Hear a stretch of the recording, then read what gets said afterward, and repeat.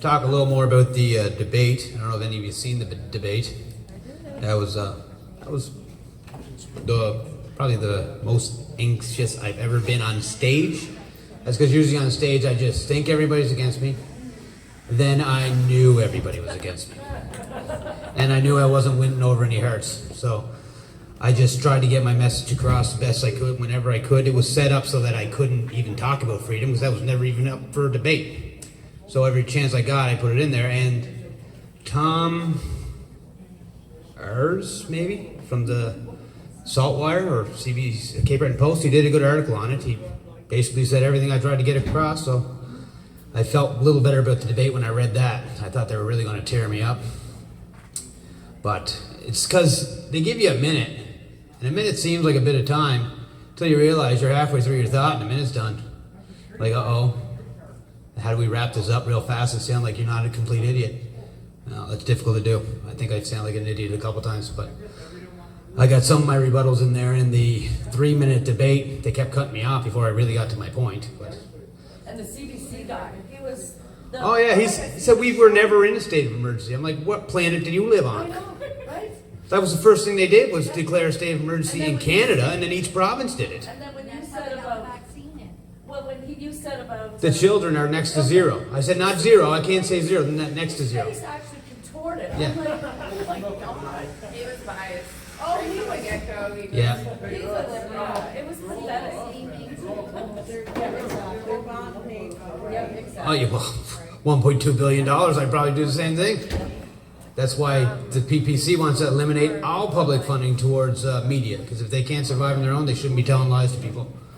Because that's what they're doing, right? Yes? Tell me what Ariel Cool's party, do they believe, are they against vaccine passport? No, they're not. Okay, because he was avoiding it and everybody thought. No, he said he was going to allow the provinces to do whatever they could and he'd support them. Liberals went as far as saying, we'll give you $1 billion. But that $1 billion is, well, like again, in the debate, Jaime kept saying that during the pandemic, the government took all the burden, so you didn't have to. And I told Jaime, there's no such thing as government funded. It's people's money. It's taxpayers' money. You paid it with. But it's not ours. It's our children and our grandchildren. And I think the biggest reason that the Liberals called this election, people think it's because he thought he was going to win. I don't think that's what it is. There was two other things. Inflation's going to kick in extremely soon because of how much money they basically spent our budget, triple our budget in 1 year. They put that in, so your money's going to be worth almost a third less if you think about it, if it goes like direct, but it's not going to be a direct comparison. So they're saying 4.1%. I'd say it's going to be closer to 10 by Christmas. That's what I think. That's what I mean. It's going to be 14 by Christmas. You better start getting chickens and put them in your backyard. Did you catch that when Eddie Oro hopped on Batiste when he was saying how the education hit? And I couldn't get... Yeah, he said, when did you practice law? Practice law. He never did. He never practiced law. He's a fucking liar. He's not a lawyer. He's not a lawyer. He graduated with, and he passed his bar exam, but he never ever actually practiced as a lawyer. That's what it was. I caught it that he was lying. That's what I caught. Yeah, that's what they all try to make you do A lot that. of people caught that. Eddie also said that he's not for private health care, but he is for private health care. He wants a two-tier system. If you got more money, then you should be able to get in before somebody else. What? That's what O'Toole was talking about there not long ago. Yeah, that's what they want, which is a stupid plan. I shouldn't say we. I talked to Dr. Chris Milburn. I bet you everybody knows who he is. Very, very smart man. He has his opinion, and he will not change it. So I like him because he's kind of like Bernier in that sense. Do you mind if I ask, did he reach out to you? No, I reached out to him. Okay. But as soon as I did, he thanked me for running and stuff because he believes in freedom. And Doug, too, I was talking to his brother Doug, but just let me finish this thought and then I'll let you go. I called him and I said, how do we fix the healthcare system? He said, well, the old system used to have a pay for service or fee for service, means you got paid for every patient you seen. If you didn't see a patient, you didn't get paid. So he said all the older doctors are still in that mindset, but they changed it a few years ago to now it's salary. So now you have the same amount of doctors seeing half as many patients. So it's not a doctor shortage, it's a doctor work ethic. But it's not really their fault, it's the way the system's set up, right? If I'm going to pay you the same as somebody over there and you only have to do half the work. My doctor works 4 hours a week. There you go. See? So it's not a doctor shortage problem, it's the doctor's work. So the way he said the best, like private would alleviate some of the problems, but he said like a privately run, publicly funded. So it wouldn't cost you anything, and if you made more money than me, you wouldn't get in before me, but it'd be like this. Your ERs are very sophisticated, right? They can diagnose very complex problems really quickly. But a lot of people in the ER are not looking for that. They're looking for refills of their drugs. Maybe they fell and banged their arm. Maybe they need a cast. Maybe they cut themselves. Like simple little things like this, which a doctor could do in a clinic. Like have an ER clinic that a doctor owns and runs, and he could have it set up pay for service, but paid by the government. So say if you do need a refill for your prescription because you can't get in to see your doctor in a couple days, well, you could go in, he could write your prescription, you're in and out 5 minutes. There's no waiting. And then that way there, someone who has a massive heart attack or a car accident or something that's severe where they need diagnostic equipment, they go to the general hospital. And then anyone at the general hospital will be under that salary thing. So if you are a doctor and you want to make money, you can go work in these small clinics. And then if you start to get burnt out, you can move over and go into the regular general hospital, and then you get a better work-life relationship, right? This will draw doctors in and keep them here because they'll have that option. They won't be stuck in one way or the other because some want to make money and some want to have a life. This is the best world for both of them, and the government pays for both of these. And anything that's run privately is run better than government run, because government run, there's too much overhead, there's way too much wasteful spending. Too many fingers in the pot. Exactly.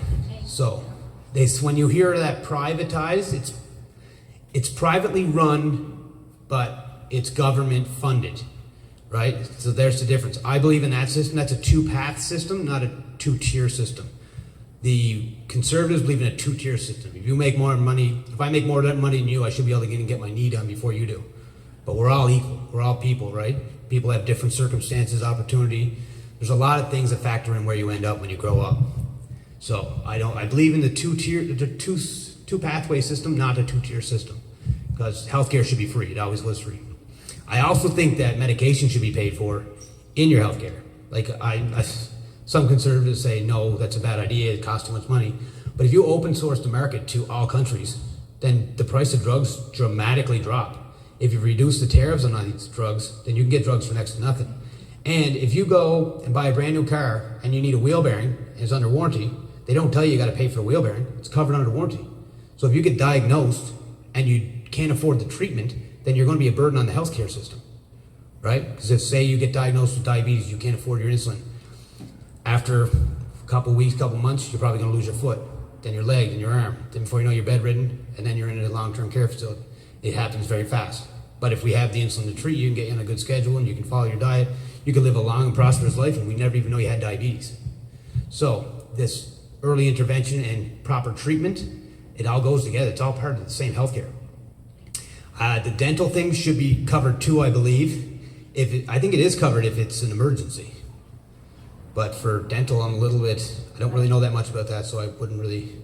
I don't think dental is covered. I think if you have an abscess tooth that's going to cause an infection or something life-threatening, it's free. It's covered by MSI. During the lockdowns, I had to go to Emerge with an abscess tooth. Yeah. So it didn't, and they had a whole dental clinic right in Emerge. Yeah, you didn't have to pay for it, right? It was. No. Yeah, so I think dental's, yes. I just wanted to say about the healthcare system, like the last 2 years I've been living in the Toronto area, and I get these pain injections, right, that I was talking they don't have here. Yeah. So my doctor, my chronic pain doctor in Toronto, he said, I want to ask you something. He said, you're from Nova Scotia. And I said, yeah, I was born and raised in Nova Scotia. And he said, you guys have a terrible healthcare system here. And I said, yeah. I'm like, go on. So he said he had doctor friends who just finished their degree in university that tried to get work here, and they were refused. They were sent away because they didn't want to pay them. Yep, I know. He said there are doctors that are willing to pack up their families and come to Nova Scotia to work, and they're being turned away by the It's the government. same as rural Cape It's Breton. There's insane. all kinds of, in the Niels Harbor. Oh, they lost 3 doctors to maternity leave at the same time. Yeah, so there's doctors that would dearly love to pack up their families and spend a winter in the Cape Breton Highlands. They're being refused. They won't let them. No, I know. All the, they're not allowed to do it. It's So they have the opportunity to Yep. fix our healthcare system. They have the opportunity to hire these people that are highly intelligent people when they come here, yet they're telling them no. And then they're saying, oh, we're gonna fix your healthcare system. You had 6 years. That's why I wanted to form a regional government, so we have control over our own healthcare, and then we say, screw you, Halifax. What do you mean by for regional government? It would be in between municipal and federal, and it would be basically making the decisions that we need for Cape Breton and Cape Breton only. So it's not separation from the rest of Nova Scotia? Not at first, but if it doesn't go, we can try to separate and become our own province, because right now we have more to offer than PEI does. PEI just has farming. Exactly. We have a huge fishing industry, we have a huge farming industry, we have a huge arts and cultural, we have everything we need, and apparently we were stolen back in 1820. We were stolen. Nova Scotia stole us so they could have a bigger province. We're technically not even supposed to be with them. That's right. And if you look at us in Cape Breton, as soon as you cross that causeway, you know you're not in Cape Breton no more. That's right. It's a completely different culture and everything. So at first, it's baby steps, right? Baby steps. Yeah, like, does anybody ever mention like that, like all the poisons that are in the vaccine, like graphene oxide and like ethylene oxide on the swabs? I and everything? couldn't find the ingredients. It's ethylene oxide is on the swabs, on those test swabs. That's why they're this long, okay? Like ethylene oxide, you can see in the box it says EO. Ethylene oxide is the #1 brain cancer causing agent on Earth. And where do they put it at? Back on the brain. Right at the brain Okay, barrier. so you know, And like. when they twist it, they're depositing. Yes, They're definitely. not extracting, they're depositing. Well, that's scary because I got that test done over 70 times. 70 times I had it done. 70 times. I did it 11 times in 3 weeks because I was in quarantine because I was exposed. 70 times. They went to put one near me, right, and that's what I told them was, I was like, if I can catch it from 6 feet away, like then I can spit in a cup. Yeah, exactly. Yeah, Why should do be. I gotta put that in the back of my brain for to get a sample? Like, this is all satanic. Oh, I seen them go in one guy's nose. They came out, I think they had a stool sample and a blood sample and a brain sample all in the same shot. He was crying and going. It wasn't good. Bill Gates told us, no? I can prove it to you right here.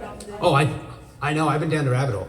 Problem is, you got to put something at the end of your feet so you don't keep going. Some of the stuff is way out there. I know. All you gotta do is follow the money. Follow the money, and everything makes sense. So far, then you gotta go underground. Exactly. Yeah. Exactly. But how do you get put on the world or the UN, World Health Organization, That's all corrupt. as a country if you're a person? He bought his way in to be a country. I got the leader of the World Health Organization right here in pedophilia, right on the computer here. And I got him in like a pair of Speedo, like a pair of G-string. You know, the man that you see on TV every day that, oh, he used to be the leader of Ethiopia? That man, the black hole, that's the leader of the WHO? And no, the UN. No, the WHO. Yeah. Yeah, he used to be affiliated with terrorism too, and he Yeah, well, he was funded- in with like Barack Obama and Hillary Clinton and all them for years. They're all You see him on the like it. pictures. Upset. And he's purely satanic, like he killed like 9,000 Ethiopians in one shot, like he let them all go in there and just vaccinate all their villages and there's, like I have pictures of little kids with like ears all over their head. I saw that too. Yeah, no, it was crimes against humanity. That was Bill Gates when he first started doing these vaccines. All the animals that they tested, the Pfizer vaccine or Moderna, every animal that they tested it on died. 60 days, within 60 days. Yeah, that was the ferrets. Dead. The ferret, they actually, I don't remember the dogs. The ferrets though, they did it, it was 02 or 03.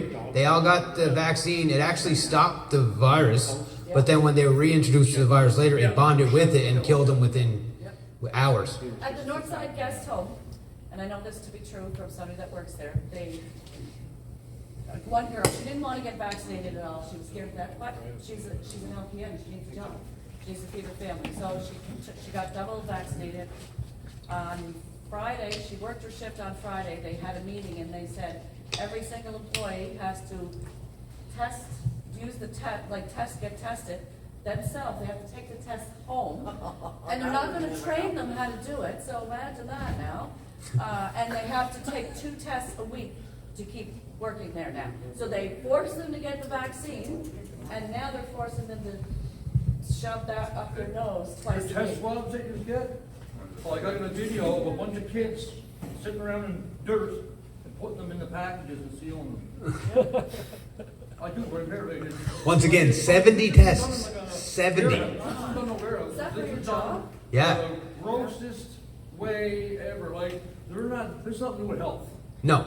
Nothing to do with health. If that had anything to do with health and all your cancer people that can't get in the hospital just because people get the sniffles. Oh, it's That's a ridiculous. whole health thing right there, right? You know. They said the other day that Alberta's ICU count was like astronomical, and then they came out and said there's 8,200 some beds. There's only 450 people with COVID, so it's not what's overwhelmed the system. It's the system isn't designed to handle people. The infrastructure's not there. It all stems back to having too much immigration and not enough infrastructure to handle the people they have. Alberta has a staffing shortage. And that's because they're saying you got to get vaccinated or you're fired. And they said, all right, we quit. And then they're like, oh, now what do we do? Right? Same, Cape Breton, I think, lost 300 nurses. They haven't mandated it yet, though. Yeah, well, see, yep. But what they don't understand is once they become Canadian, then they're same as us, and they're going to have the same problems as us. So then they're looking at the next immigrants going, uh-oh. No, some of them don't, but some of them do. You talk to immigration or people who immigrate here. They immigrate here because it's a free country and because of all the amenities we have. But they're going downhill because we don't have the infrastructure. Well, Gigi, did you immigrate here? We need to build more hospitals, build more schools, get more jobs. Communism? Or your family From Poland. from Poland, so your country's fine. Yeah, and after the kick out Gierek, after Solidarity came into Poland, I said, screw you, I'm leaving. Really? I have enough. So And why did you choose Canada? because there was no country was taking us, because I want to stay in Europe, and I actually wanted to go to States, to thanks God, Chicago.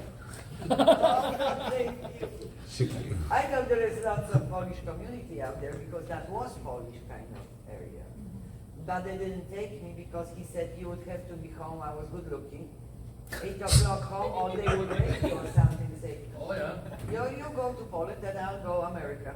And my English was really bad I at the think a time. Polish pastor like out in Calgary that got arrested there, named Arthur. Yes. He was like, that's pure. I was- He's still fighting for it. He's just But went you know back why and they're forth. arresting all the pastors is because they're all going up with all the word of the Lord, right? And it's the word of the Lord. This is good versus evil, essentially. Yep, it So they're just trying to stop all the pastors from getting more Christians. Not only that, it violates their charter rights. It's a constitutional right to exercise your religion. Take laws and so on. That's But you can't. The Supreme Court has to rule with the charter as its guiding light.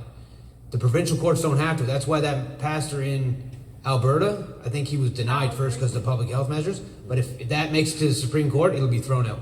Did you see that letter that they got all up in Saskatchewan yesterday? That we're They just can seize all their houses and they can No, they were saying that's scary stuff. Yeah, like I got it here. They can seize all their equity, seize your house, lock you up and put you in jail, just because they think that you're not going to be all right at home and like affecting other people, even though you're living home alone. I seen camps built in BC, just waiting. So there's something big coming. But you see, We when gotta I win saw this. the picture of Nova Scotia and how beautiful it was on the picture, and the houses are cheap, I said, I'm going there. So I bought a house like half a year before we came here, what, 14 years? 15, whatever we did.